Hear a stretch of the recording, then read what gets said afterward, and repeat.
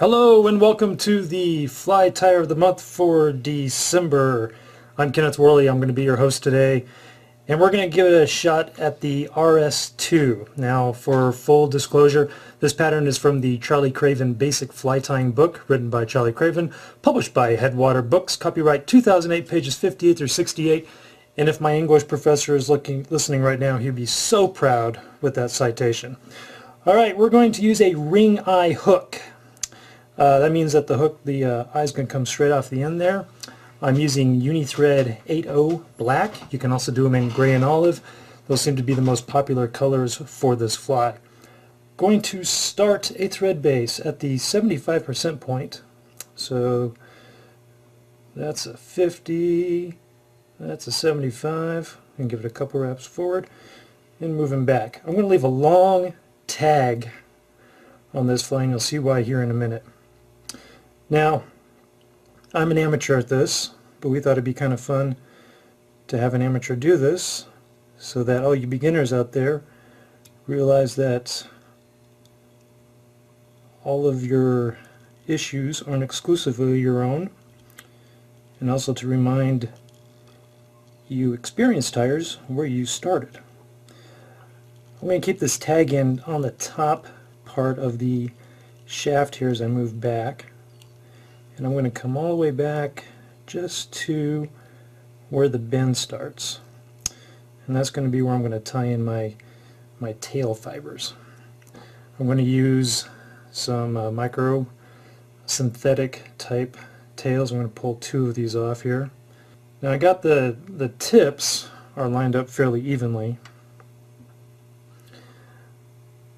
I don't know, I always have an issue with the whole transferring of materials from one hand to the other. So what I've started doing, and it's probably not new to some tires out there, but for me it's new. It was kind of a revelation. I'm going to go ahead and just pinch my eye hook like I would pinch any other material, and that's going to leave an impression on my finger of the hook, and then I'm going to line my material up with the impression in my finger. And that's going to be the full, we're going to use the tail fibers as the full length of the shaft there.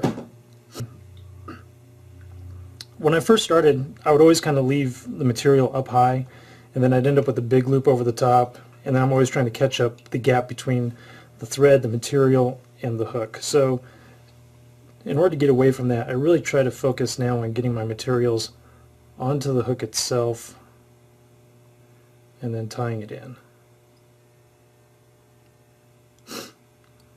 Okay, that looks pretty good there. So I'm going to go ahead and tie that in just a tad bit more. And now I'm going to take that tag in that I left on there, and I'm going to split the tails, if I can find the tails. Don't mind that, that's just the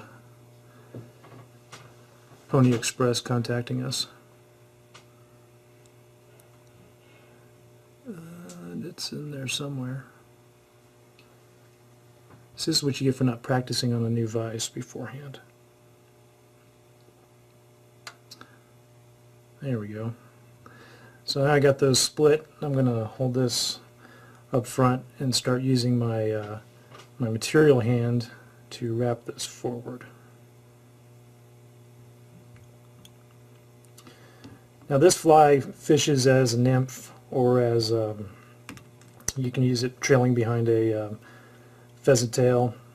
You can also use it trailing behind any kind of dry fly when you're during hatch, so you might be able to see something.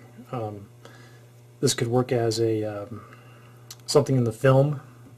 So if you're there at the beginning of a hatch. Of course, I've never caught a fish on this fly. Everything I'm telling you I know from reading or from hearing other people talk about it. But it's an easy fly to tie, and I've got a whole box full of them, so I'm sure eventually I'll catch something on these.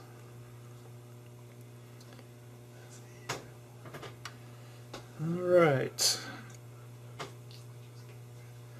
So now I'm up here. I'm going to go ahead and cut off the remaining of my tag and my tail fibers.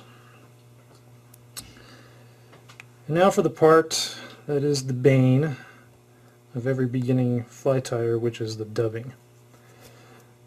I'm going to use a extremely fine dubbing in black. I'm going to pull off as little as I possibly can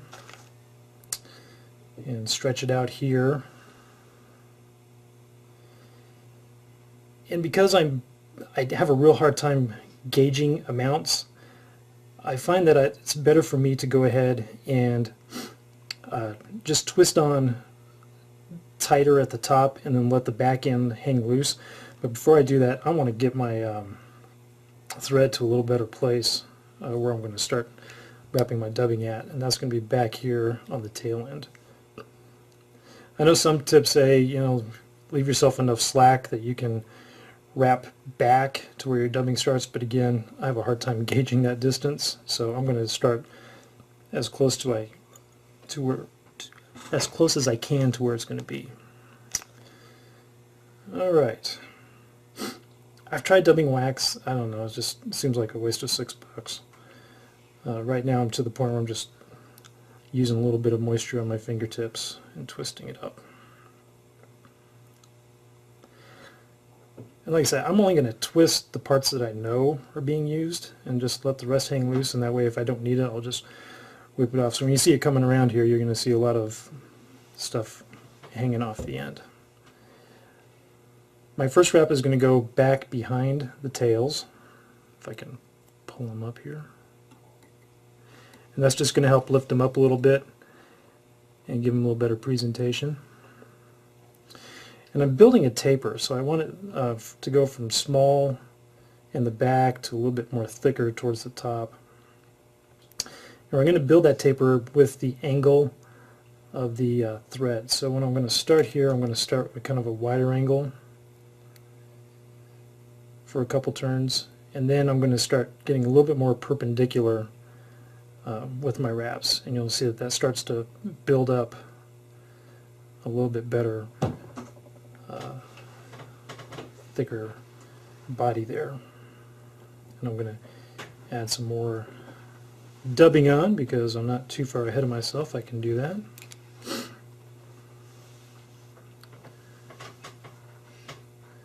And again, getting a little bit bigger, and then I'm also going to come back a little bit to that 50% point. As you can see here, so I still have enough dubbing left. I can go ahead and twist the rest of that on, and then I'm going to come back up to the top there. Oh, look at that. That turned out pretty well. Okay, now let's get a little bit of a thread base to the rest of the hook up to the eye, and I'm going to come on back here to where I left off with my body, and this is where I'm going to tie in my Antron, which I always want to call Ultron, but that's my other hobby, comic books, instead of fly tying.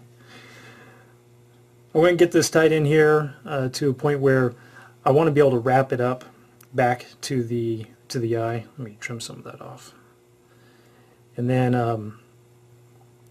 so I'm going to try and tie it right back here, and I'm going to pull that wrap back, and that's not too bad. I mean, there's enough material on there that's going to hold in.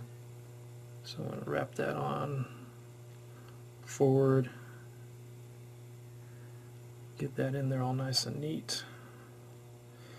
And now it's time for some more dubbing. And this time what we're going to do is we're going to dub this kind of pseudo head. And the one thing I want to make sure I do is build up the dubbing on the back end near where I just put in the Antron, and get that higher, build that profile up higher than the dubbing where I left off on the bend end of the body on the Ultron. So I'm going to go ahead and twist a little bit more dubbing on here. And we're twisting from the head back to kind of help keep it from sliding off.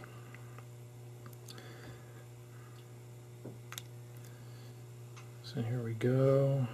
twisting and twisting and moving up, up, up.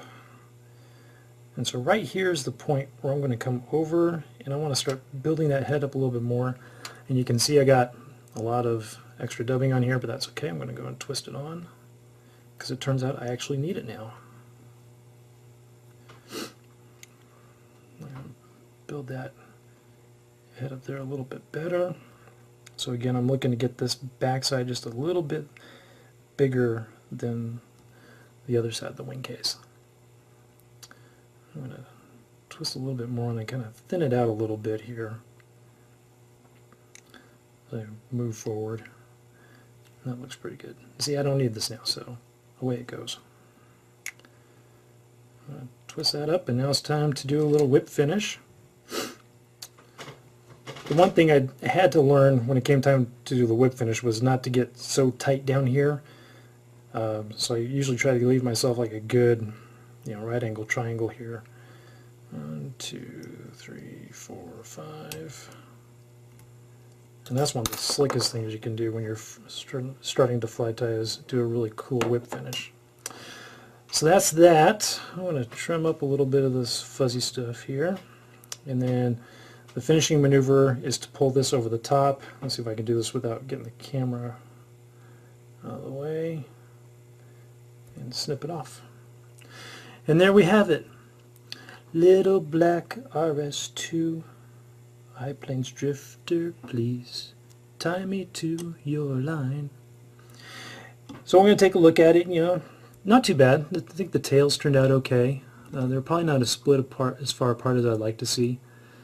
I'm going to blame that on the vise, just because this vise is so close to the tails that it's hard to get underneath them. And the head is built up the way I wanted it on the front side and the back side of the wing, and I think that'll do it. So there you go, RS2. Happy tying, and even if you don't catch anything, as long as you look cool, it's a good day on the river.